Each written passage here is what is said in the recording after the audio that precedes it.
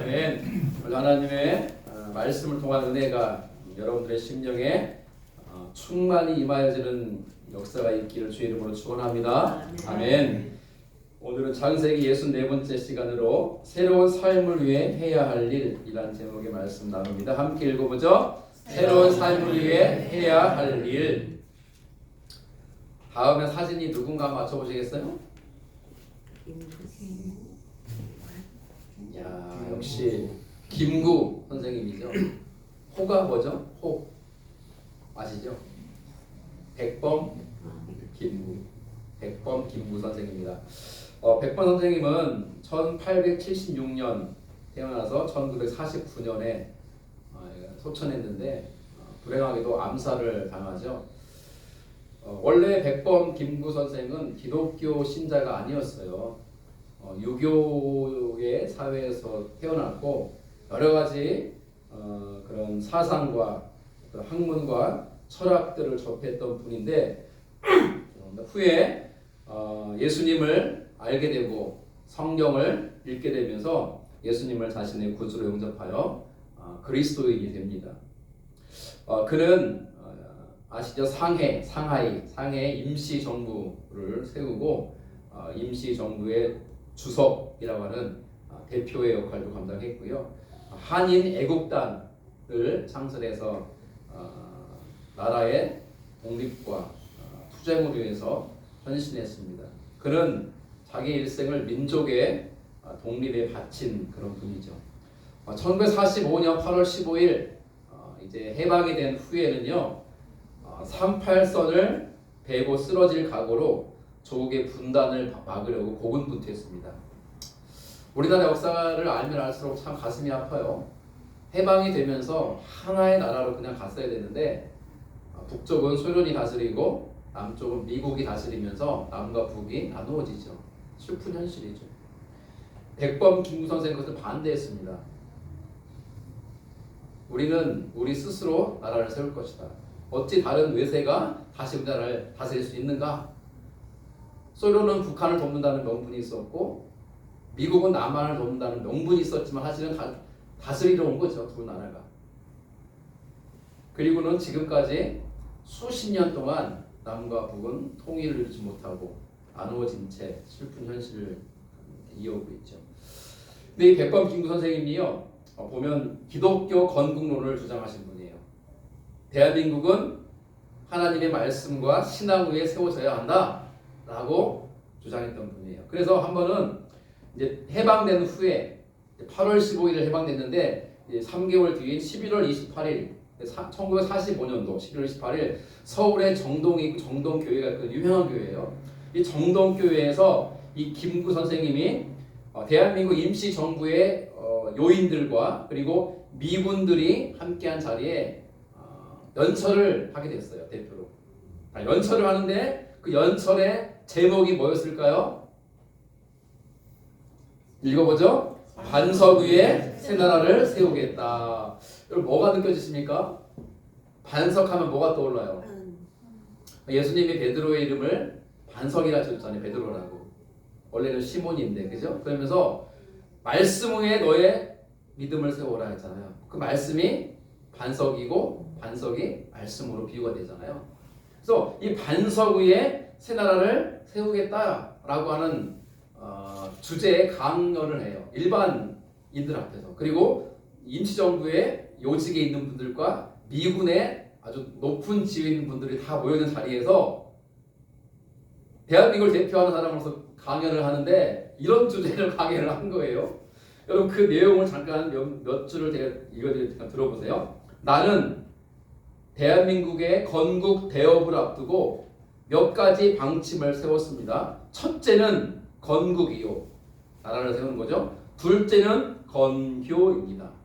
교회를 세우겠다는 거예요. 건교입니다. 자, 종교 교화한 나라는 어떠한 강국이라 할지라도 감히 손을 대지 못하는 것입니다. 그래서 경찰서 열을 세우는 대신 예배당 하나를 세우려는 것입니다. 여러분이 주신 오직 이 성경 말씀에 의지해서 3천만 동포가 살아야만 할 것입니다. 우리는 대안이니 무엇이니 보다 먼저 모두 천국 백성이 되어야 할 것입니다. 사랑하는 여러분들은 십자가의 정병들입니다. 이 땅에 천국을 건설하는 천국 백성이 되어야 할 것입니다. 여러분, 일반 이 정치인들 앞에서 연설을 하는데 이 나라는 하나님의 말씀 위에 하나님 있는 신앙 위에 세워야 됩니다. 그래서 이 집사님 지금 눈 감고 묵상할 때가 아니에요. 경찰서를 10개 세우는 것이 중요한 게 아니라 교회를, 예배당을 1개 세우는 것이 훨씬 우리에게 유익하고 좋습니다. 이 말씀이 굉장히 중요해요. 여러분, 경찰서 10개를 세우면 좋을 것 같잖아요. 경찰서가 많아질수록 뭐가 많아지는 줄 아세요? 범죄자가 많아서요. 신기하지 않아요? 범죄자를 없애려면요, 경찰서를 세울 게 아니라 뭘 세워야 됩니까? 예배당, 교회를 세워야 돼요. 이게 김구 선생님의 지론이었고 기독교 건국론이었어요. 그리고 소련은 북한에서 물러나라, 미국은 남한에서 물러나라라고 주장하면서 독립된 하나의 정부를 만들려고 하다가 암살당했어요. 알려진 사실이죠. 친미주의자에게 암살당하죠. 그리고 미국은 친미주의자인 누구를 대통령으로 세웠을까요? 이승만을 대통령으로 세우죠. 이승만 전 대통령도 독립운동한 사람이긴 하지만 나라가 어려울 때 그 사람은 미국으로 도망가서 안전하게 살았던 사람이에요. 그리고 미국의 이 정부를 등에 업고 해방된 남한의 대통령으로 와서 자기의 세력이 없잖아요. 김구 선생님은요, 임시정부의 주석이었잖아요. 다 독립군들을 비롯해가지고 이 조직이 있었거든요. 다 없애버렸어요, 이승만 씨가. 그리고 누구를 세운지 아세요? 친일 내국노들을 다 요직에 세워요. 그 중에 하나가 박정희예요. 여러분, 박정희는요, 독립투사들을 잡아가다 바치는 일본군 장교였어요. 제가 그 우리나라의 근대사를 더 이 주일날 길게 설교할 수는 없죠. 그게 중요한 내용은 아니니까. 역사를 알아야된다는 거죠. 그러나 김구 선생님은 독립을 외쳤고 하나의 나라를 외쳤어요. 그리고 하나님 말씀과 신앙 위에 하나된 나라를 세우고자 했어요. 그거를 소련도 싫어하고 미국도 싫어했어요. 왜냐하면은 대한민국을 반 나눠가지고 점령해야 되는, 지배해야 되는데 김구가 다 나가라 하니까 저는 죽인 거예요. 슬픈 현실이죠. 저는 이분이 했던 말 중에 그 아까 나눴던 그거, 경찰서 10개 세우는 것보다 교회 예배당을 하나 세우는 것이 우리에게 유익하고 낫다, 필요한 일이다, 역설했죠. 여러분, 우리 삶에 교회가 없다면, 예배가 없다면, 예배당이 없다면, 예배 초소가 없다면 어떨 것 같습니까? 오늘 말씀으로 들어가죠. 야뽕나루에서 밤새워 하나님과 씨름하는 경험을 한 야곱은 그 다음날 아침 그 분이엘이라는 이름한 곳에서 형을 맞이합니다. 400명의 군사를 이끌고 야곱을 치러 오는 길이었지만 밤사이 하나님은 야곱과 씨름하면서도 에서의 마음을 어루만져 주심으로 에서의 마음을 변화시킵니다. 이 두 쌍둥이의 극적인 화해가 드라마틱하게 이루어지죠. 그리고 형은 동생에게 아우야, 내가 살고 있는 저 남쪽 세일 땅으로 가자. 내가 아주 좋은 땅을 마련해서 지금 잘 살고 있으니 너도 함께 살자. 야곱은 사양을 하지. 일단은 형님 먼저 가십시오. 제가 이 자식들과 어린 가축을 이끌고 천천히 뒤따라 형님에게 가겠습니다. 사실 그 말은 거짓말이었죠. 형을 먼저 떠나보내려는 속셈으로 한 말이기도 하죠. 그렇게 하고 야곱이 숫곳이라는 곳으로 거쳐 몇 년 지내다가 다시 세겜이라는 성으로 들어가 삽니다. 그게 지난주까지 말씀이에요. 기억하십니까? 세겜 성에 살던 야곱과 그의 가족 가운데 비참한 일이 벌어지는데 딸 디나가 그 세겜 성의 군주이고 족장인 세겜에게 강간당해요. 그리고 세겜은 그 디나를 사랑하고 연모해서 결혼 승낙을 받고자 야곱을 찾아오죠. 근데 야곱은 아무 말도 못해요. 네가 어찌 내 딸을 유린할 수 있느냐? 하고 항변도 못하고 따지지도 못해요. 아주 무력한 아버지의 모습을 보이죠. 하지만 야곱의 아들들이 등장합니다. 그러면서 화를 냅니다. 어찌 이런 일을 했는가? 문제를 지적하자 세겜과 그의 아버지 하몰은 원하는 만큼 다 줄 테니 예물과 혼수를 말해보라. 다만 디나를 내 아내로 좀 달라. 한마디 사과도 없이 돈을 내세우면서 디나와의 결혼을 요구합니다. 그러자 야곱 아들들은 이미 들에서 그 소식을 듣고 나서부터 계획을 짠 거예요. 우리가 할례를 명분으로 이들을 쳐 죽이자. 그래서 그들은 할례를 내세웁니다. 우리는 하나님의 택함받은 백성이라서 우리는 다 할례를 받는다. 근데 할례 받지 않은 당신들과 우리는 결혼할 수가 없다. 만약에 당신들이 할례를 다 받으면 우리 여동생 디나도 줄 것이요, 당신네 딸들과 우리가 결혼하고 우리 딸들 당신들에게 주겠소 하면서 통혼을 약속합니다. 아예 한 민족을 이루자. 좋은 제안을 합니다. 그러자 세겜은 잘 됐다. 우리가 통혼하면서 한 민족을 이루면 야곱이 가지고 있는 그 수많은 가축과 재산을 다 우리가 빼앗을 수 있겠다라는 마음으로 세겜성 남자들을 전부 다 할례받게 합니다. 포경 수술을 일제히 해버린 거예요. 3일째 날 아직도 통증이 가라앉지 않고 아파하고 있는 그때에 누구와 누구가 칼로 쳐 죽입니까? 야곱의 11아들 가운데 둘째 셋째죠. 시므온과 레위가 칼로 그들을 다 쳐 죽여버립니다. 잔인한 집단 도륙이 이루어지죠. 한 사람 죽이는 것도 끔찍한 범죄지만 그 성의 모든 남자를 다 죽였다 생각하는 게 얼마나 끔찍한 일이에요. 그리고 다른 야곱 아들들도 다 같이 그 세겜성을 노략해버려요. 여인들을 사로잡고 아이들을 사로잡고 그들의 가축과 재산과 모든 소유를 다 빼앗습니다. 이 소식을 뒤늦게 들은 야곱이 역정을 내죠. 특별히 시므온과 레위에게 니네 둘이 도대체 무슨 일을 저지른 거냐? 니네들이 한 짓으로 말미암아 내가 가나안 족속들에게 악취를 풍기게 되었구나. 이제 우린 다 죽었다. 실제 이 사실이 알려지면요, 이 가나안 땅에 있는 다른 족속들이 이 소식을 전해드리면 어떨 것 같으세요? 가만히 있겠습니까? 그 족속들이 연합해서 야곱 족속을 치러 이제는 오는 거예요. 그러니 야곱은 다시 두려움에 빠져있는 상태입니다. 그러자 이 시므온과 레위가 아버지에게 항변하죠. 아버지, 그러면 우리의 여동생 디나를 저자들이 창녀처럼 취급하는 것이 옳습니까? 하면서 34장이 끝나요. 이 참 성경을 쓴 이 창세기 기자는 문학성이 좋은 사람이에요. 한강 작가에 못지않은 문학성이 있는 분인데요. 이분이 34장을 이렇게 마무리해요. 그들이 우리 여동생 디나를 창녀같이 대하는 것이 옳습니까? 라고 질문하면서 끝나요. 그 질문이 주는 여운이 있어요. 답은 뭡니까? 옳지 않다는 거죠. 아버지는 어찌 디나의 아버지가 돼가지고 딸이 강간당하고 유린당하고 욕보였고 동화 지금 감금돼 있는데 어찌 한마디 말도 없고 가만히 계십니까? 아버지가 하는 행위가 옳습니까? 우리가 한 일은 정당하다는 거 항변하는 거예요. 자, 이러한 엄청난 사건이 있은 후에 오늘 본문이 이어지는 거예요. 야곱은 다시 두려움에 빠져요. 이제 가나안에 있는 여러 족속들이 자기를 치러 올 텐데 어떻게 하지? 어떻게 하지? 어디로 가야 되지? 이런 두려움과 고민 속에 있을 때에 하나님이 다시 야곱을 찾아오셔서 이렇게 말씀하시는 거예요. 빨간색 보세요. 일어나 베델로 올라가서 거기 거주하며 내가 내 형 에서의 낯을 피하여 도망하던 때에 내게 나타났던 하나님께 거기서 제단을 쌓으라 하신지라.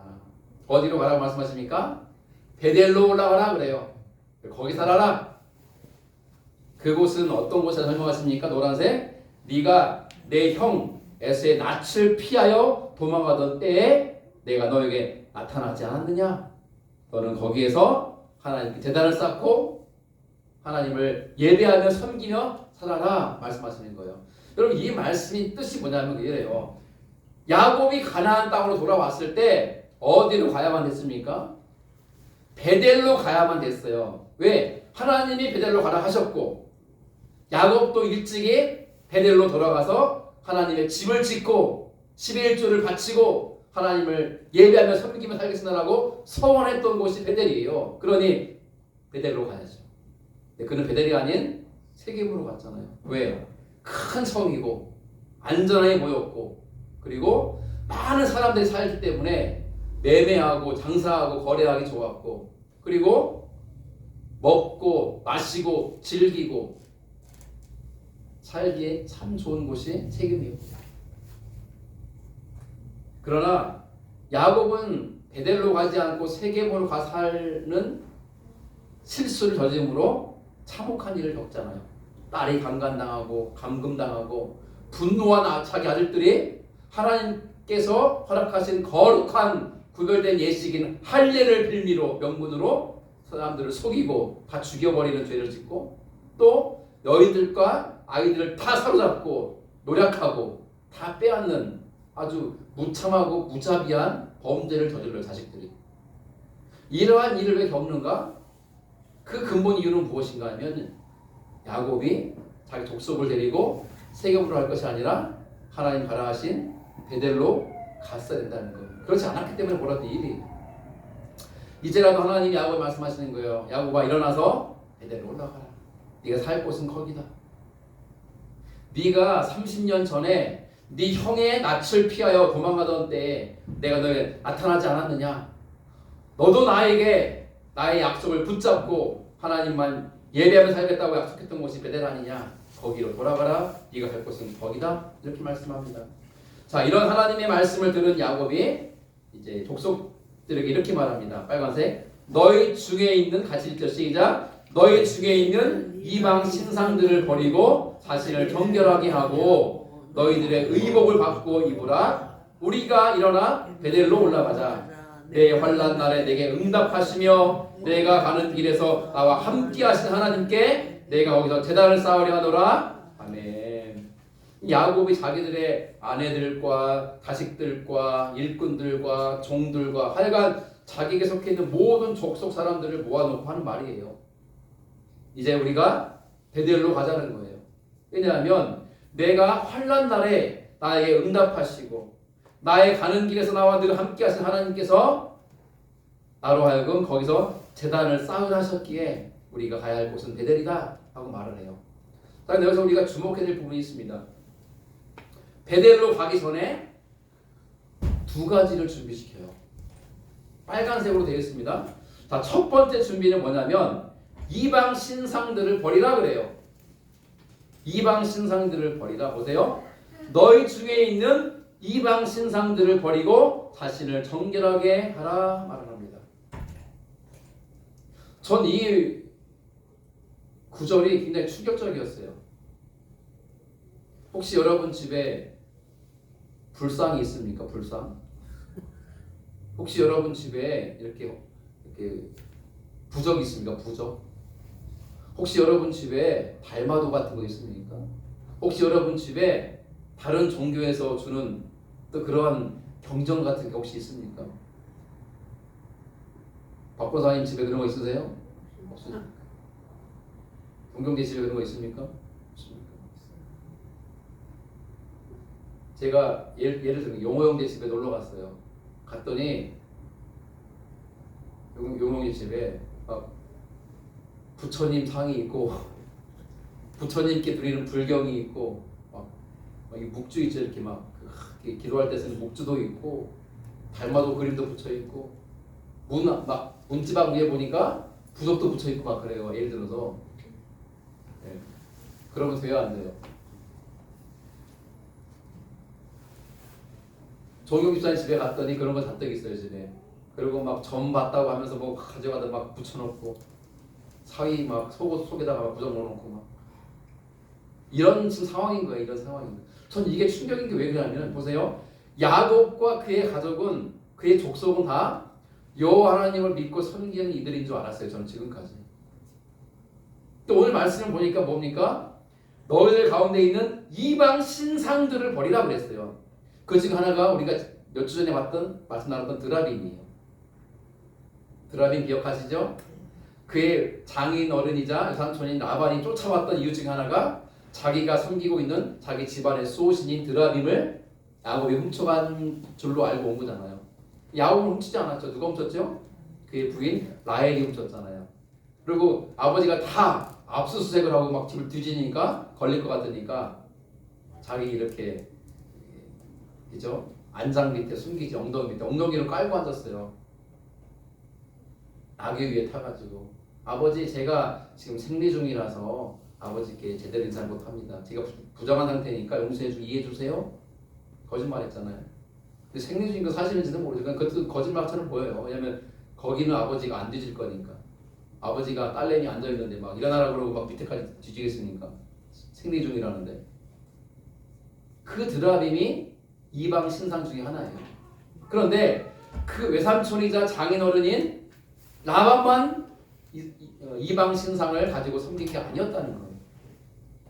야곱 가족 중에도 야곱에 속한 사람들 중에서도 이방 신상들을 잔뜩 만들어 가지고 몸에 지니고 있고 몸에 부적도 붙이고 어떤 막 형상을 가지고 빌고 기도하고 그렇게 살아왔다는 거예요. 근데 야곱이 그것을 알았을까요? 몰랐을까요? 알았어요. 그런데 그냥 둔 거예요. 야곱이 참 보면요 우유부단하고 굉장히 뭐라고 표현할까요? 이런 어리석은 모습을 참 많이 보이고 있어요. 그러자 하나님이 베델로 가서 제단을 쌓고 하나님만 예배하고 섬기며 살아라 라고 하는 말씀을 받자 그가 비로소 깨닫는 거죠. 아, 내가 베델로 가지 않고 세겜에 살았기 때문에 벌어진 일들이구나. 이제 우리가 베델로 가야 살 수 있다. 그런데 베델로 가기 전에 준비할 것이 있는데 첫 번째가 이방 신상들을 버리는 거예요. 여러분 이방 신상들을 잔뜩 가지고 있으면서 하나님을 온전히 섬길 수 있습니까? 부적을 독수덕지 붙이고 새해가 되면은 찾아가가지고 무당에게 빌고 점을 치고 사주를 보고 팔자를 보고 그 팔자를 고쳐보려고 하는 그런 행위를 하면서 교회를 다닌다는 게 말이 됩니까? 제 말씀드렸잖아요. 웃지 못할 일이라고. 용한 점쟁이가 한 말이 인터뷰할 때 우리 점집에는 교회 목사도 옵니다. 아니 무슨 말입니까? 뭘 물어보러 옵니까? 아 교회를 개척하려고 하는데 어디다 개척하면 교회가 대박날지 이러달라고 갔다는 거예요. 왔다는 거예요. 아 진짜 이게 인터뷰 기사에 떴어요. 몇 년 전에. 서울 가면요 미아리고개라고 있는데 미아리고개가 다 점집이에요. 대부분 점집. 정치인들 점집 부지런히 들어갑니다. 이제 곧 조기 대선이 벌어지겠죠. 대선을 앞두면요 여야 할 거 없이 다 돈 쌓여 짊어지고 찾아와요. 이번에 누가 될 것 같습니까? 제가 될 것 같습니까? 물어보고 수천만 원 수억 내면서 목사가 돼가지고 점집을 가고 싶을까? 장로가 돼가지고 자기 자식 사주팔자 보러 가고 싶을까? 권사가 돼가지고 가가지고 점 보고 이산화자 받고 싶을까? 집사가 돼가지고 가서 점치고 굿하고 돈 주면서 자기 인생 고쳐보려고 할 수 있을까? 웃지 못할 현실이라는 거예요. 유라동은 제가 여기 주변에 아직 못 본 것 같은데 동천교회 있을 때는요 동천교회 주변에 얼마나 점집과 무당집이 많았는지 몰라요. 그리고 밤에 자려면요 막 깽가리 치고 막 점 먹고 굿하는 게 들릴 때도 많았어요. 저 바로 옆에 있거든요. 교회 동천교회 바로 옆에. 주변에 뭐 불교 이 마크 있으면서 막 무슨 사주팔자 뭐 막 써있고 점 본다고 막 써있고 그런 집들이 한두 집 아니더라고요. 여러분 대구는 영적으로 어두운 곳이에요. 저 동화사를 비롯해서 얼마나 많은 불교 신자들이 그 앞에서 절하고 엎드리고 빌고 있습니까? 왜 멀쩡한 기차역 광장에다가 왜 박정희 동상 만들어 놓고 우상화를 하냐는 거예요. 이 도시가 대구예요.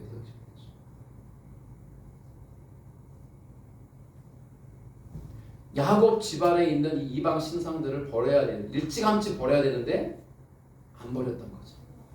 그러나 이제는 그럴 수 없잖아요. 이제는 하나님만 예배하고 섬겨야 되기 때문에 다 버리라고 해요. 자 그러자 어떤 일이 벌어지는가? 4절 보세요. 같이 읽죠? 그들이 자기 손에 있는 모든 이방 신상들과 자기 귀에 있는 귀고리들을 야곱에게 주는지라. 야곱이 그것들을 세겜 근처 상수의 나무 아래에 묻고, 그러다 집안에 있는 모든 자들이 그동안 막 품고 있고 막 소중히 여기며 막 기도하고 빌었던 신상들을 다 가지고 야곱에게 제출합니다. 야곱이 다 갖다가 땅에 묻어버려요. 그런데 눈에 띄는 게 뭐냐면 귀에 있는 귀고리까지 갖다 바쳤다는 거예요. 왜 그랬을까요? 이제는 이런 금은보화를 다 버리고 살겠습니다. 뭐 이런 뜻일까요? 그런 게 아니에요. 우리가 이 귀고리, 지금 뭐 여러분 귀고리 한 분들 계신데, 귀고리를 했다는 것은 예쁘게 치장하고 다니는 액세서리라는 측면이 아니라, 보면은 그 당시에 신상이 따로 만들어져 있고 거기서 절했다면은 귀고리는 몸에 부착하는 부적과 같은 역할을 했대요. 이 귀고리를 달고 있으면 내가 믿는 신이 나를 지키고 보호한다라고 믿었던 그런 의미의 그런 부적과 같은 거예요. 귀고리. 그러니 그 귀고리도 버려야 되는 거죠. 이렇게 싸그리 이 이방 신상들과 귀고리까지도 다 모아서 세겜 근처 상수의 나무 아래 묻어버립니다. 여러분, 우리가 하나님 앞에 정결한 삶을 살고자 한다면 우리에게 있는 이방 신상들을 버려야 돼요. 너희 중에 있는 이방 신상들을 버리면 너희가 정결하게 될 것이다. 그 말씀을 첫 번째 요구하는 거예요. 우리가 버려야 될 것이 있어요. 살다 보면. 여러분들에게는 버려야 될 것이 무엇입니까? 저는 오늘 이 한 가지를 권하고 싶어요. 여러분, 지금 살아가면서 하나님 앞에서 정결하지 못한 것이 있거든요. 그 버려야 될 것이 반드시 있어요. 우리 가운데. 그것을 버리기를 여러분들이 권합니다. 버려야 돼요. 그것을 버리지 않고 가지고 있는 한 우리는 정결해질 수 없고 하나님의 말씀이 실현되는 베델에서의 삶을 살아갈 수가 없다는 거예요. 그게 무엇입니까, 여러분 가운데? 한 단계 더 말씀드리죠. 그럼 버려야 될 것이 무엇인가? 구체적인 말씀을 드리기 전에 이 말씀을 드리죠. 하나님, 목사님, 그럼 내가 버릴 것이 있다고 하는데 버릴 게 뭘까요? 여러분과 하나님의 관계를 멀어지게 만드는 그 모든 것들이 버릴 것들이에요. 여러분, 내가 지나치게 추구하고 있는 것, 내가 지나치게 시간을 쓰고 있는 것, 내가 지나치게 돈을 들이고 있는 것, 내가 지나치게 즐기고 있는 그것이 버릴 것들이에요. 여러분, 그것이 한두 가지겠습니까? 오늘 그 결단을 하라는 거예요. 그 결단을 하지 않으면 하나님의 인도하심과 보호하심과 지키심과 하나님 주시는 예배하신 복을 누릴 수 없다는 거예요. 하나님의 은혜를 결코 누릴 수 없다는 거예요. 그것이 욕심이에요. 내가 버릴 것이 가득한데 하나도 버리지 않고 그대로 붙잡고 있으면서 하나님 나에게 복 주세요. 나를 지켜주세요. 내게 은혜를 주세요. 하나님 역사할 수 없죠. 왜? 내가 버릴 것을 버리지 못하고 있는데 어떻게 하나님의 세상 가운데 역사하십니까? 저는 이 시간 여러분들에게 이것을 버리십시오라는 구체적인 얘기는 안 드리겠습니다. 여러분들이 오늘 고민하셔야 돼요. 할 수 있으면 한 번에 다 버리면 좋지만 그러기가 어렵죠. 하나하나 버리십시오. 하나하나. 저는 그 찬양 부를 때 늘 가슴이 찔려요. 세상 즐거움 다 버리고 세상 자랑 다 버렸네. 주 예수보다도 귀한 것은 없네. 예수밖에 없네. 전에는요 그냥 막 불렀어요. 근데 요즘은 그 찬양 부르는데 마음이 찔려요. 여러분, 세상의 즐거움, 세상의 자랑과 육신의 정욕과 안목의 자랑과 이생의 자랑 버리고 사십니까? 그런 것들보다 예수님이 더 나에게 소중한 분이라고 고백하며 살고 있습니까? 그걸 버리라는 거예요. 그거 버리지 않는 한 우리는 주님의 역사를 경험할 수 없다는 거예요. 이제 다음 주 주일부터 용호, 동규, 정학 이 세 청년이 저와 함께 생명의 삶 공부를 합니다. 좀 긴장하세요. 하다가 포기할 거 아니라면 끝까지 하려면 긴장하세요. 이제는 성경 읽어야 되고 요약도 하고 성경도 암송해야 돼요. 여러분 70 넘은 권사님들하고만 제가 동천교회에서 한 적이 있거든요. 생명의 삶 다 잘하셨어요. 그분들 처음에 데모했어요. 성경 암송을 철폐하라, 철폐하라. 성경 요약을 철폐하라, 철폐하라. 실제로 첫날 저한테 막 알르 소리를 하는 거예요. 목사님, 우리 나이가 지금 70이 넘었는데 암송을 어떻게 해요? 어떻게 성경을 읽고 요약해요? 이거 숙제 빼주세요. 제가 고민했어요. 그냥 어른들이니까 하라고 할까? 아니요, 아닙니다. 가보죠. 암송이 어려운 분은 그 성경 구절 10번 써보십시오. 근데 놀라운 일은 10번 쓰는 중에 암송이 오더라고요. 10번 쓰면 암송 돼요. 여러분 지금 20, 30대 청년들은 얼마나 더 잘 암송하겠어요? 난 지금까지 성경을 암송한 적이 없습니다. 괜찮아요. 이제부터 하면 돼요. 제가 여러분들에게 이걸 말씀드리죠. 우리 3명의 청년은요, 다음 주부터 3개월 동안 빡시게 공부합시다. 그리고 이 공부가 맞춰진 이후에 내 삶이 어떻게 변화되어지는지 한번 지켜보세요. 저는 여러분들에게 어떤 것도 줄 수 없어요. 그러나 우리가 함께 씨름하는 말씀이, 그 말씀이 여러분들 안에서 역사할 거예요. 그 여러분들이 생각이, 마음이, 삶이 달라지기 시작할 거예요. 그걸 결단해야 돼요. 아, 내가 엉터리로 살아왔구나. 이러면 안 되지. 이걸 버려야지. 결단해야 돼요. 이 3명의 청년뿐 아니라 우리 사랑하는 드림교회 모든 성도들에게 도전합니다. 우리 삶에 끌리고 있는 사랑하는 그것, 버릴 것 버려야 돼요. 이번 주 특별히 오늘 하루를 지나면서 내가 버릴 게 뭔가 한번 써보세요. 그리고 단번에 못 버리더라도 하나씩 내가 버려야 되겠다 결단하세요. 그 결단을 할 때 성령께서 그것을 버리도록 도와주실 거예요. 그거를 버려야 우리가 변화되고 새로워져요. 그 버리는 작업이 없이 우리는 결코 새로운 삶을 살아갈 수 없다는 걸 기억했으면 좋겠어요. 두 번째, 야곱이 그 족속들에게 뭘 요구합니까? 의복을 받고 입으라 그래요. 의복. 자, 보세요. 빨간색 뭡니까? 너희들의 의복을 받고 입으라 말해요. 의복은 옷이죠. 옷을 받고 입으래요. 그러니까 버릴 걸 다 버려라. 그리고 너희를 정결하게 한 후에 옷을 받고 입으라 라는 거예요. 그러면 부득이한데 옷을 받고 입으라 할 때 헌옷을 입으라는 뜻이에요? 새 옷을 입으라는 뜻이에요? 당연하죠. 영호 형제, 나쁜 옷을 입으라는 거예요? 좋은 옷을 입으라는 거예요? 좋은 옷을. 그러나 이 말은 단순하게 입고 있던 잠바떼기를 벗어버리고 수트로 정장으로 갈아입으라는 뜻이 아니에요. 그 의미가 있어요. 의미가. 요즘 참 나라가 어수선하고 복잡하죠. 그 헌법재판소에서 지금 탄핵 재판이 열리고 있고 국회 특조위가 열려가지고 증인이나 피의자들이나 아니면 관련자들을 불러가지고 소환해서 질의응답하는 시간을 갖고 있어요. 그죠? 틀면 나와요. 그런데 거기에 나오는 증인들이나 피의자나 이 질의를 받는 사람들의 대부분이 신분이 뭡니까? 군인들이에요. 그 사람들이 올 때 뭐 입고 옵니까? 그 자리에? 군복. 그럼 군복의 의미가 뭐예요? 군복.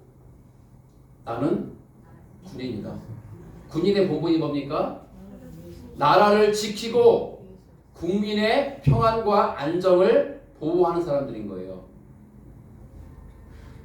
군복은 자랑스러운 거예요. 여러분, 별은요, 별 단 사람들을 장군이라고 하는데 대령에서 별 다는 게 하늘의 별 따기래요. 하늘의 별 따기. 어렵다는 거예요. 대령에서 진급 못하면 옷 벗는 거예요. 육사로 말하면 후배 기수가 치고 올라오면 선배 기수가 옷을 다 벗는 거예요. 나보다 후배가 나보다 상관일 수는 없잖아요. 옷 벗는 거예요. 별 따기가 하늘의 별 따기라니까. 근데 별 4개 단 사람이 우리나라 최고 높은 사람이잖아요. 군대에서 불려 나와가지고 거기 푹 숙이고 있고. 사령부의 최고 책임자인 사령관 별 3개거든요.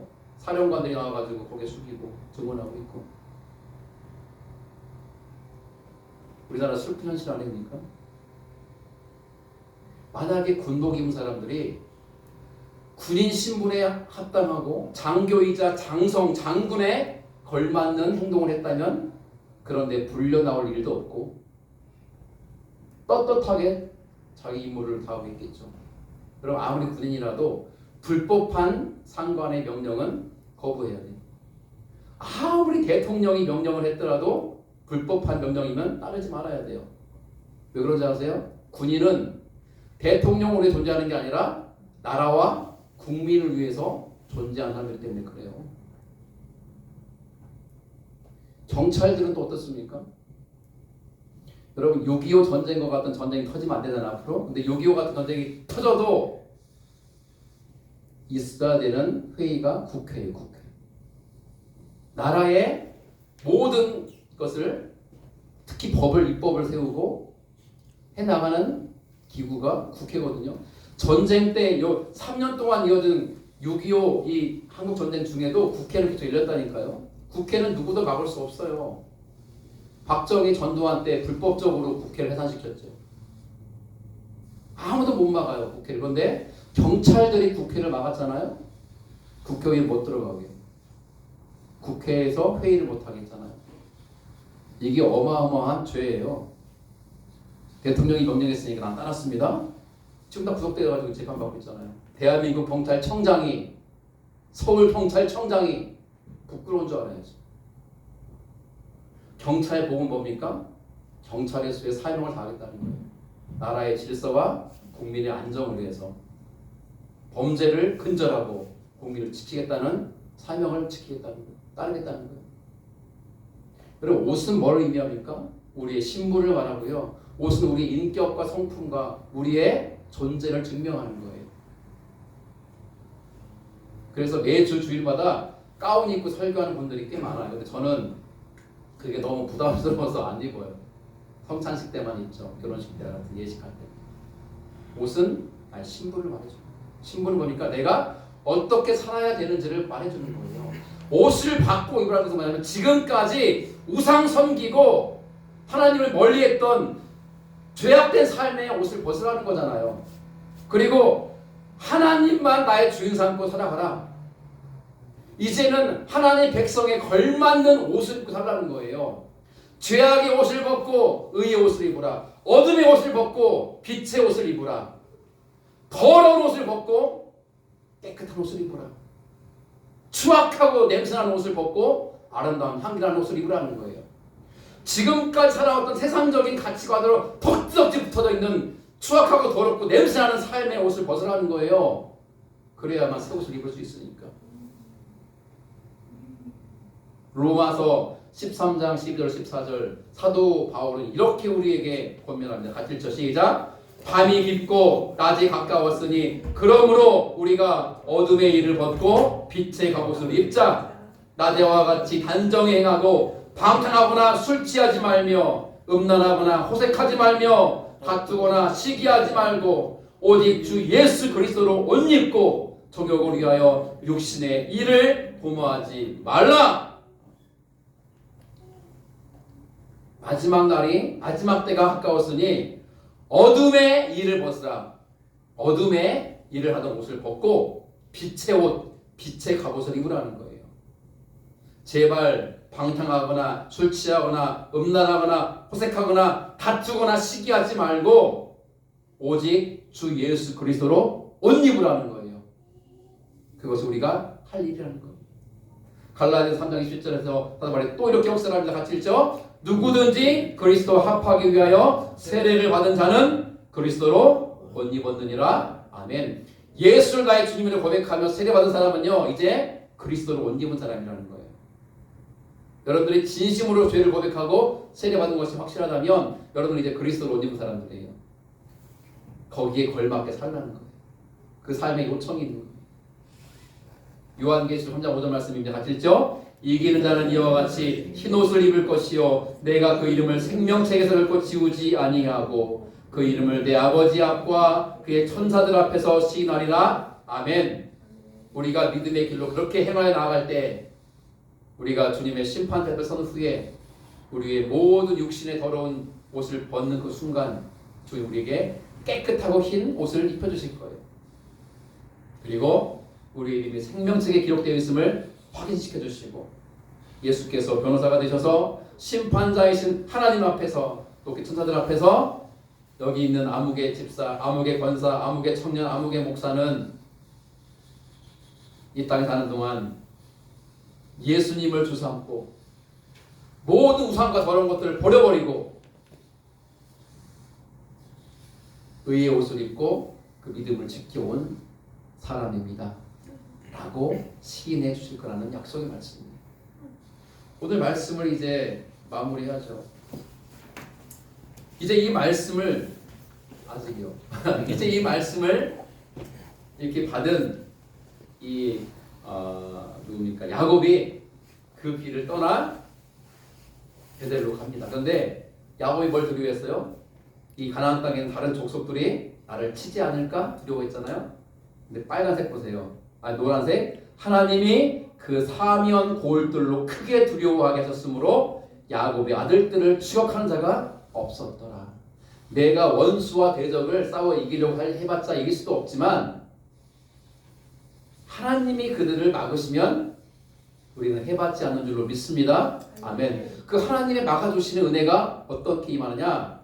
버릴 것을 버린 자에게, 입을 것을 입은 자에게 주어진다는 거예요. 오늘 그 말씀 우리에게 주신 거죠.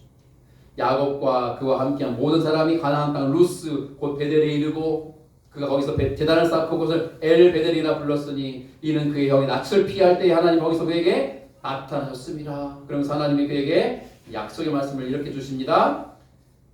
야곱이 바다라면서 돌아오매 하나님이 다시 야곱에게 나타나서 그에게 복을 주시고 10절 하나님이 그에게 이르시되 내 이름이 야곱이지만은 내 이름을 다시는 야곱이라 부르지 않겠고 이스라엘이 내 이름이 되리라 하시고 그가 그의 이름을 이스라엘이라 부르시고 하나님이 그에게 이르시되 나는 전능한 하나님이라 생육하고 번성하라 한 백성과 백성들의 총회가 내게서 나오고 왕들이 내 허리에서 나오리라 내가 아브라함과 이삭에게 준 땅을 내게 주고 내가 내 후손에게도 그 땅을 주리라 하시고 아멘. 베델로 돌아온 야곱 그의 족속 하나님 제단을 쌓고 예배를 드리면서 신앙을 회복하자 하나님이 약속 말씀을 다시 강조해 주시는 거예요. 야곱아 네 이름이 야곱이잖아. 야곱의 뜻이 뭡니까? 속이는 자. 이제는 속인 자로 살지 마. 이제 너는 이스라엘이야. 이스라엘이 뭡니까? 하나님과 겨루어 이긴 자. 하나님만 붙잡고 승리한 자라는 뜻이잖아요. 그렇게 살아야 돼. 그럴 때 내가 너를 생육하고 번성하게 할 것이요 너에게서 큰 민족이 나오고 너의 허리에서 왕들이 나오게 할 것이야. 그리고 아브라함과 이삭에게 땅을 주었던 것처럼 너에게도 너 후손에게도 이 땅을 줄 거야. 약속 말씀 주십니다. 마지막 14, 15절 일숙 마무리하죠. 시작. 야곱이 하나님이 자기와 말씀하시던 곳에 기둥 곧 돌기둥을 세우고 그 위에 전제물을 붓고 또 그 위에 기름을 붓고 하나님이 자기와 말씀하시던 곳의 이름을 베델이라 불렀더라. 아멘. 이제 말씀을 마치면서 여러분 오늘 특별히 이번 주에 결단하세요. 내가 버릴 게 무엇인가? 하나님과 나와의 관계를 멀어지게 하고 병들게 하는 그것 버릴 거 결단하세요. 그것을 한 번에 10개면 10개 못 버리잖아요. 하나씩 버려가세요. 그리고 결단하세요. 성령께서 도우실 거예요. 그리고 새 옷을 입으세요. 그리스도로 옷 입으세요. 그리스도인에 걸맞는 삶으로 나아가세요. 그럴 때 주님께서 원수 대적을 막아주시고 지키고 보호하시며 복의 복을 부으시고 우리 권사님 좋아하시는 형통의 삶으로 인도하실 줄을 믿습니다. 그러한 은혜가 우리 모두에게 경험되어지길 주의 이름으로 축원합니다. 아멘. 우리 다 함께 일어나셔서 우리